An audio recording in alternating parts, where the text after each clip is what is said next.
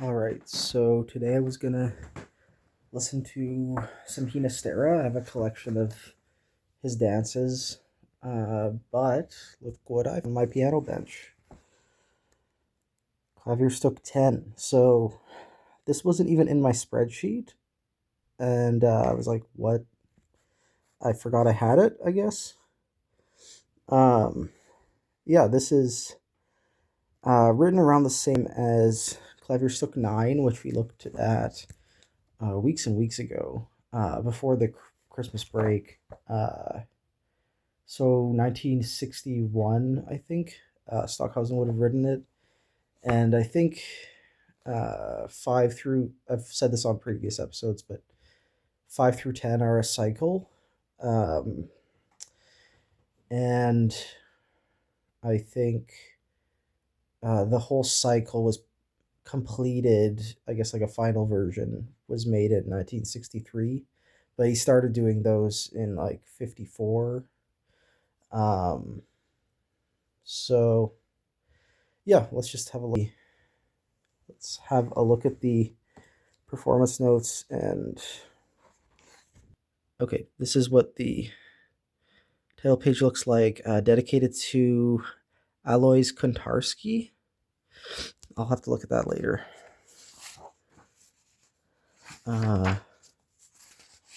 Yeah, and then here are the performance notes specific to piece 10.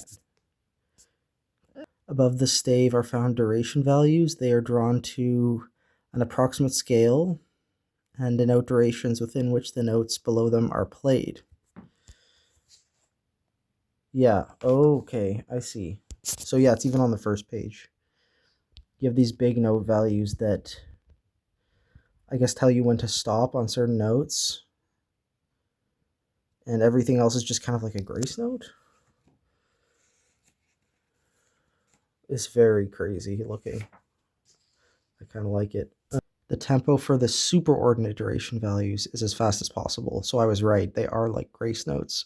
And then glissandi may be played so rapidly that not all of the keys actually speak.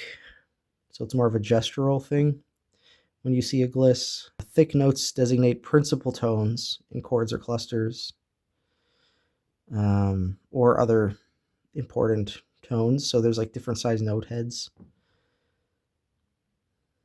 And then stems connected to horizontal beams indicate speeding up and slowing down. So actually you're supposed to follow this zigzag. So they're not all equal in duration. It's sort of like fluctuating. Stems connected by a slur sustain until the end of the slur.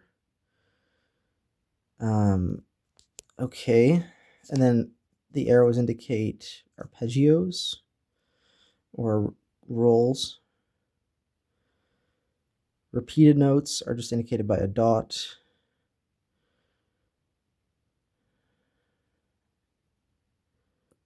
The language at the bottom here is very gendered. When the pianist has found their tempo, they may, if they do not play from memory, cut out those individual events which are separated by long pauses and paste them next to one another, with an indication as to the timing of the pause. This will reduce the number of page turns. During the pauses, the pianist should not move, or only very quickly, immediately before the beginning of the next event. Like all the other Klavierstück scores we have looked at, the Universal Edition ones, it's a bunch of single pages, single-sided pages, which you can assemble more or less for a performance. I really like that style. Okay, we get some really long pitches at different points. But this is a really big one, like it's not the biggest. Like Klavierstück 6, I think, was about this size, but it is 40 pages. So yeah, I'm not sure exactly what I'm getting into here, but I'm excited. I really liked Klavierstück 9, so hopefully this one is comparable. And maybe it's a really good ending to the cycle. I'm not sure, because because the ones we haven't looked at are 8 and 5. Those ones I don't have, unfortunately, but maybe it'll give me a sense of the end of the cycle at least.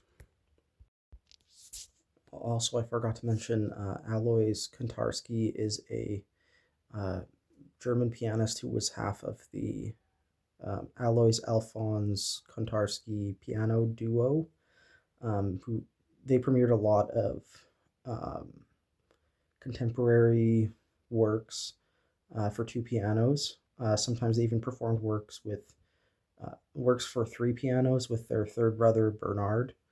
The two of them were born in the 1930s, and their career started around 1949.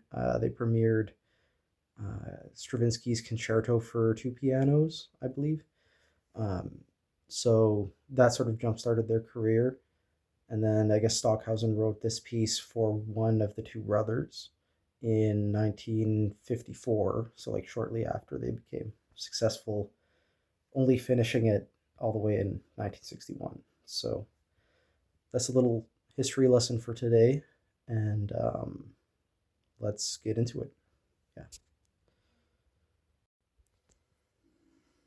Okay, yeah, so this one is really cool. The notation started to make sense once I was actually looking at the score with the recording. I had my pages mixed up, so I was a bit thrown off at first, but yeah, they straightened that out and listened to it no problem, which makes me think this is maybe the 1961 version, because that's what I was listening to. Um, I was not expecting the piece to have so much silence or pauses. So yeah, I think Stockhausen's right to ask the performer to like freeze kind of on them, and it's kind of interesting that that is like this more theatrical element of the piece kind of coming into play. Um,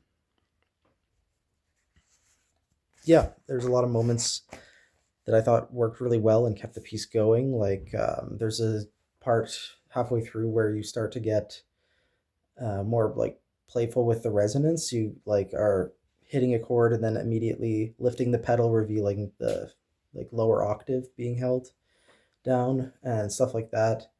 Then closer to the end, we get the repeated note stuff coming back, which we only hear like once on the second page, and then way at the end, it becomes a main feature, and that was really cool. Of course, it's all very difficult to play, and it takes a really good performer to like make it sound the way it should sound. But as for the score itself, I think it's a really creative way to notate things, and I love the emphasis on like sliding up and down the keys and breaking and rolling chords. It's very dynamic and not like any of the other pieces we looked at in this Klavierstück series. So yeah, it's cool. It's long though. It's like 20 minutes, so it's even longer than Klavierstück 6, which I was a little bit surprised by. So yeah, that's it for today. Maybe tomorrow we'll get into the Hinastera. Anyways, I was glad that I could set aside a little bit of time today to do this, and just do like a casual phone video thing. So